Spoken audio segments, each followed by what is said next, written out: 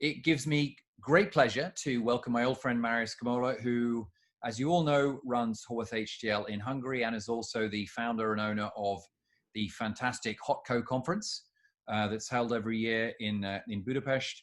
He also, I think, holds the title of the luckiest man in Europe because his event was probably the last one that got away in January and will probably be the first one that starts again next year when all of this comes away. So nothing if not fantastic timing. Jamie, it's a pleasure to join, and thanks very much for having me participate and share the situation with regards to Hungary. I think you started off by saying that we have been very lucky with HOTCO 2020. We were able to hold it. This was our best yet event with 400 attendees from the region. And it actually echoed the sentiment that has been going on with respect to how the hotel industry has been performing in Central and Eastern Europe and beyond. We have had, interestingly, the best ever January and February in Budapest and also in Hungary when it comes to the hotel industry.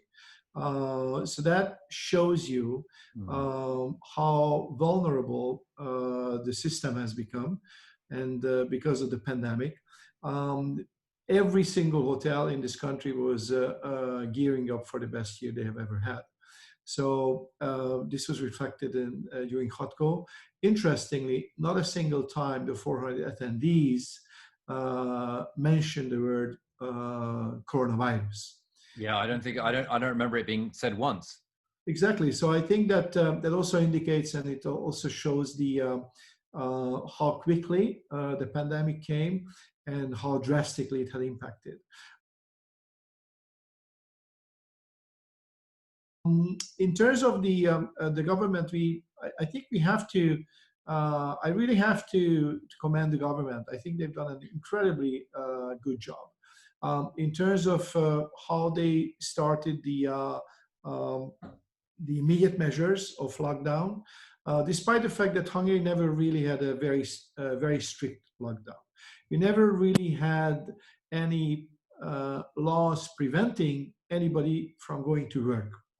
So the government immediately, this was the very, very first announcement they made, they put a moratorium on any kind of debt repayment, be it for any business or any individual. So that basically has taken off a huge stress from the minds of every individual, be it a business owner. When you're talking about debt, are you talking about all forms of debt? Credit card, loans? From credit card to mortgage payments, debt repayments for businesses, on every kind of debt repayment, and you didn't have to do anything. This was put in place immediately, so you didn't have to apply. Oh, interesting. Okay. And this is until December 31st. Of course, it means automatically that your debt obligations will be prolonged by that period. But I think that has provided a lot of help to every household, and a lot of headaches were eliminated as a result of this. Of course, this didn't help with a lot of people losing their jobs. But in terms of, has there been any kind of furlough scheme in place? Because you look at other countries, like we had or still are paying 80% up to, I think, £2,500 of workers who are furloughed. So they've not been fired and they've not been made redundant. They're still technically working. But up until the end of August, they receive, and lots of other countries. So did they do something similar in Hungary? Yes, it was introduced in two different steps. The first step was really not helpful. And I think the industry has complained to the government. First introduction of staff or salary payment support was really a disappointment.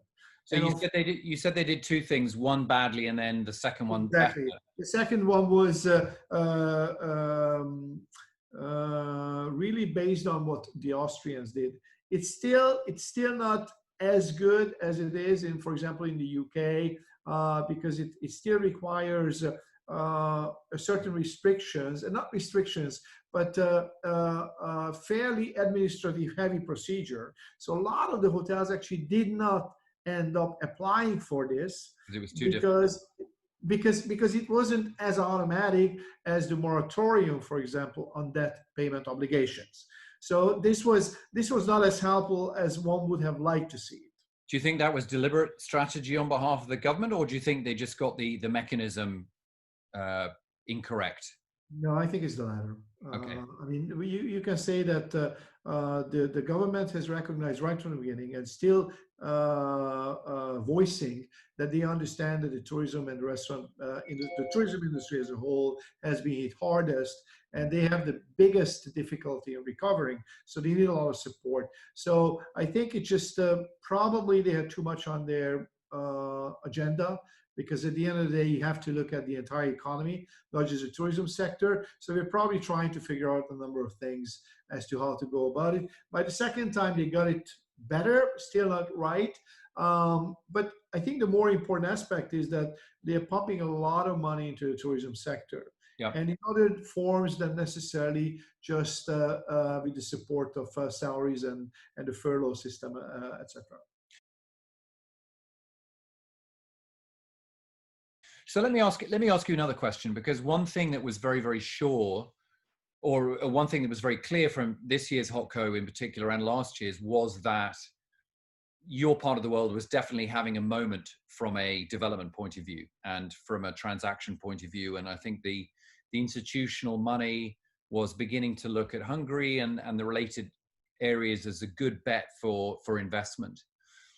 Considering now everything that you said vis-a-vis debt obligation and debt forgiveness, what impact do you think that's going to have on the market for development from next year if banks are perhaps going to be coming under strain because, you know, they had to take on all of these obligations till the end of the year, which is a good thing? Is that going to have a negative effect next year and the year after when it comes to lending in the sector, or what do you think is going to happen? Well, that's an excellent question.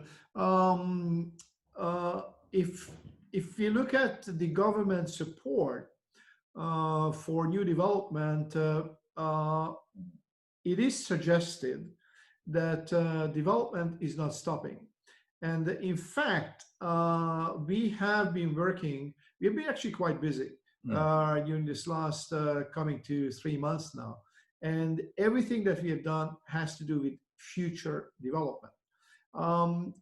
In one sense, it sounds quite morbid, but it's actually logical, because whenever you look at development, we are looking out in the future, minimum 3, but actually probably 4 years.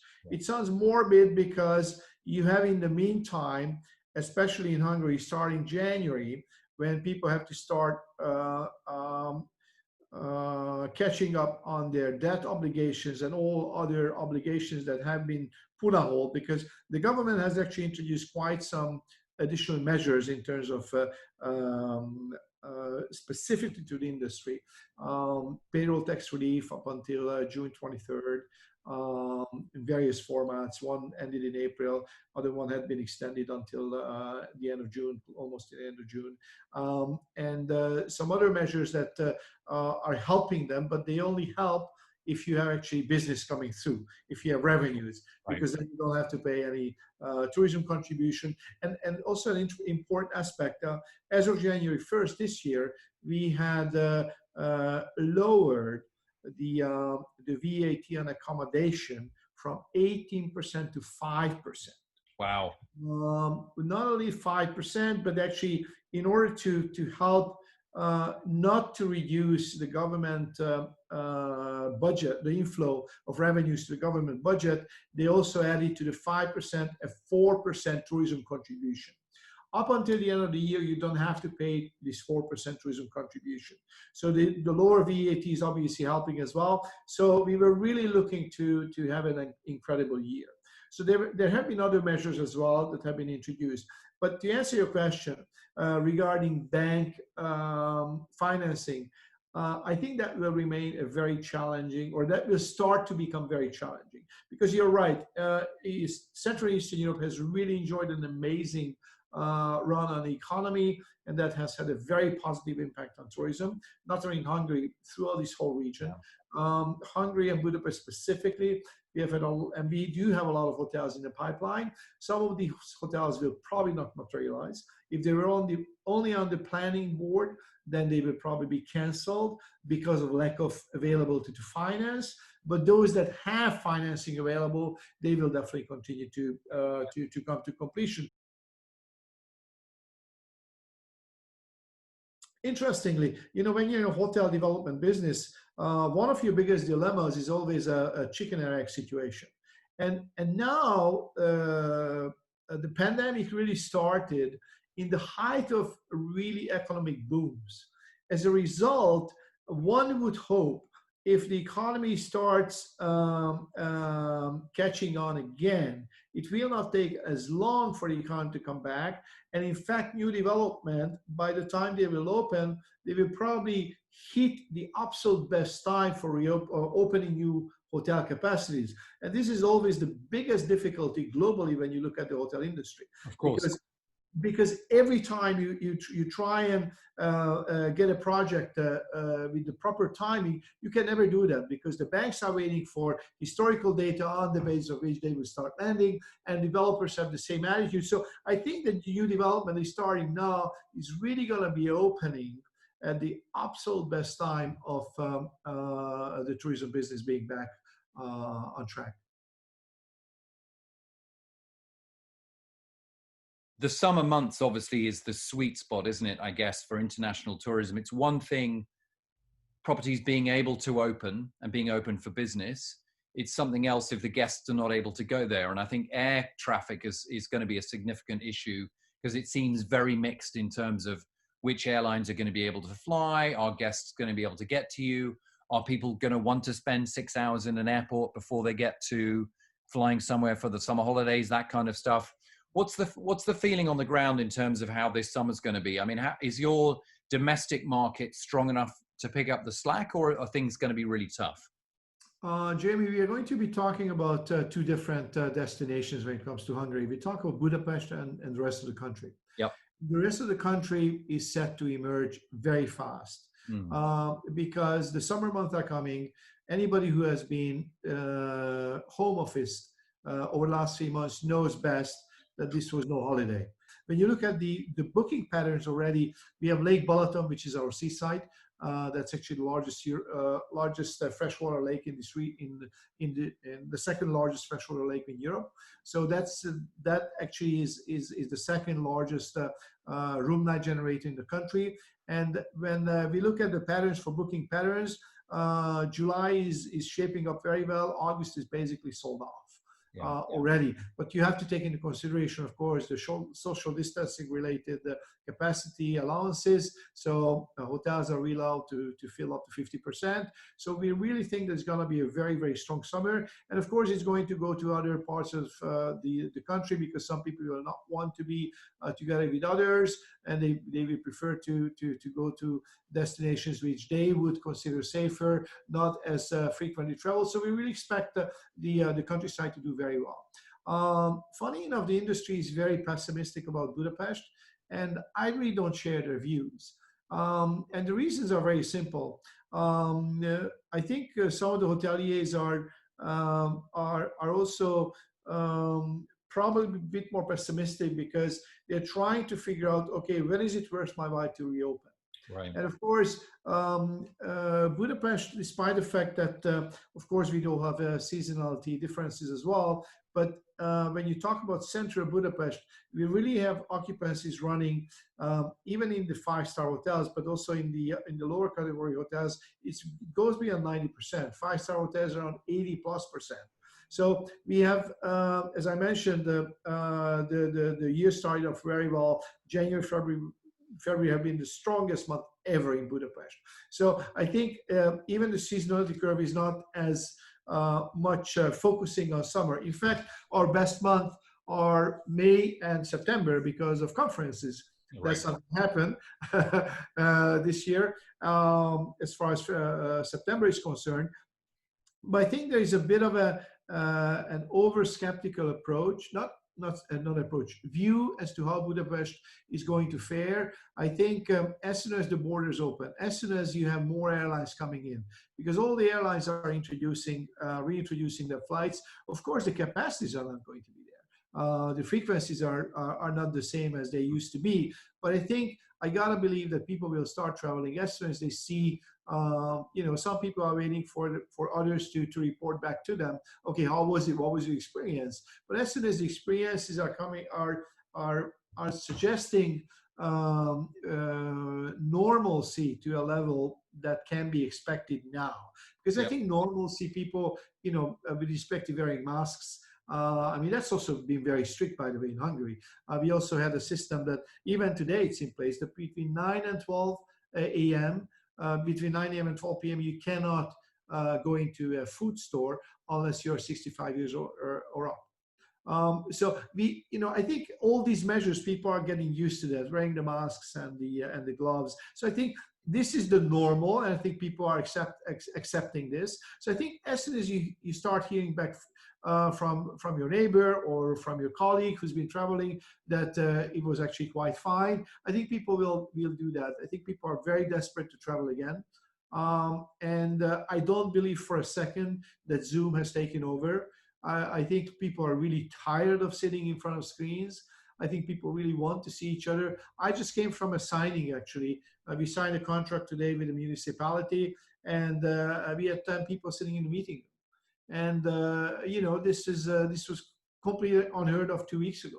I think people want that, and they demanded that we go there specifically to sign in person. And they set up the next meeting when they disseminate some additional information on this project development they're going to be working on. So I think I think people need that. People need the personal contact, and I expect business travel to come back. But of course, it will start with leisure as everywhere else in Budapest as well. And I expect those hotels that are open, I expect them to be surprised as to the pace of business. Good. It's nice you're so optimistic. Yeah, I could be actually the lone optimist in this country when it comes to this. I understand those. Listen, if you're a business owner, you have to decide if you can have 30% or 40% occupancy, and you know that your break even requires 50 or 45, whatever that number is, then of course I can understand that they are cautious. But I really expect business to pick up, and of course that means leisure and corporate to pick up faster than people anticipate. And Budapest, being the center of the pandemic, had stricter rules than the countryside. The countryside started to open up earlier than Budapest, 2 weeks prior to Budapest opening. But the first real open week we have starting this week, actually, May 25th. But in terms of some of the measures, hotels are allowed to start reopening to do business. And restaurants can actually, no, this is the second week, I'm mistaken. Restaurants can start serving food, but only in outdoor spaces. So patios, terraces, you are not allowed to sit indoors. In the countryside, you already can. Right. As I mentioned, 2 weeks difference between the capital city and the rest of the country. And preparing well. And the Hungarian Tourism Agency, which is also in charge of promotion, has also promised to start promotions. They started the promotion domestically, but will start promotions internationally in key cities. And to answer your question with respect to air traffic and airlift, I think we would expect a lot of the people who come use car as a mode of transport, car and train. And I think that that will be much faster than airlines, bringing the required number of people. And by the way, we are in good company because Austria has is opening up a lot of their hotels as of this Friday, and Croatia is doing exactly the same thing. So, the region is strengthening itself and allowing the opportunity, and Slovenia has done exactly the same thing. And the borders are opening. The Croats have introduced a great open door policy between a number of nations, including Czech, Slovakia, Hungary, and Slovenia, of course, and Austria, and looking how they would extend it to Germany. So I think all of these markets are really helping one another, supposedly because they're the closest to one another, and seeing hopefully a faster than anticipated build-up in occupancies. Well, we hope so. Well, listen, thank you so much, sir. That's been really fantastic material and insight, and look forward to speaking to you again. Jamie, thanks very much for the opportunity, and good luck to you all. Perfect. Brilliant. Very good, sir. Well, it was very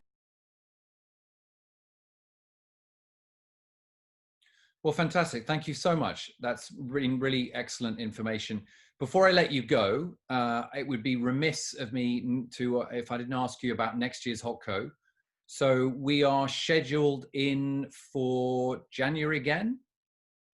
Well, HOTCO is always taking place in January. That is the year opening event for Europe. And we would want to continue doing business this way. So we are definitely planning to have HOTCO. We set a date, which is the last week of January. Again, Monday and Tuesday. We are, of course, gearing up with a plan B because we understand that there has to be a plan B. And we in terms of what that plan B is, let me leave that for a second interview because for the time being, we are just trying to understand what would make most sense to really protect the health of everybody, but give the absolute commitment to the industry that life is back on.